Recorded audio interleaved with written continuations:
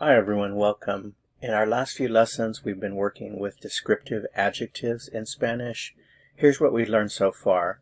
Remember that adjectives will describe nouns. That's the main purpose of the adjective, to give you more information about the noun. And adjectives in Spanish agree in grammatical gender and number with the nouns they describe. We learned that adjectives that end in O or OR will have 4 forms.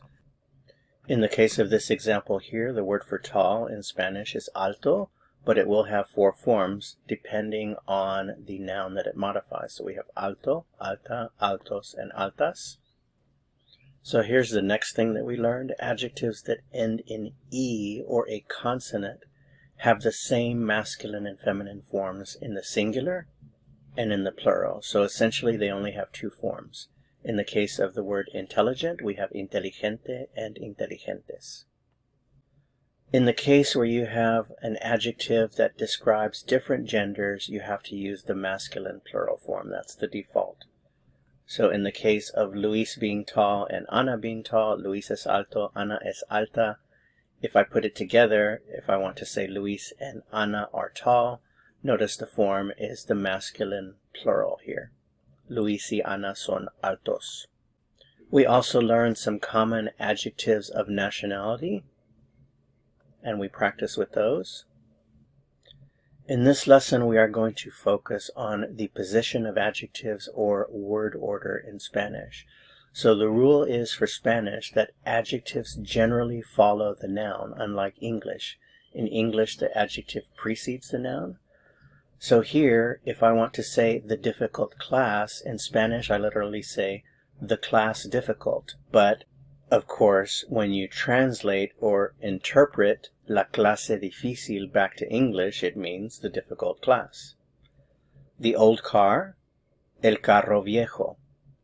The nice teacher, la maestra simpática. So remember, the adjectives generally follow the noun in Spanish. Okay, and now the fun part, you get to apply what you've learned. Remember, place the adjective after the noun. So here we have the important class. How would you say this in Spanish? We know that important is importante and the class is la clase. So the noun first and then the adjective. La clase importante. The big book. So we have el libro and we have grande. We literally have to say the book big, which is el libro grande. The pretty shoes, los zapatos, and we have bonitos, los zapatos bonitos. The ugly desk, we have el escritorio for desk, and feo, put it all together, el escritorio feo. The easy job, el trabajo, and we have fácil, el trabajo fácil. The good boy, we have el chico and bueno, el chico bueno.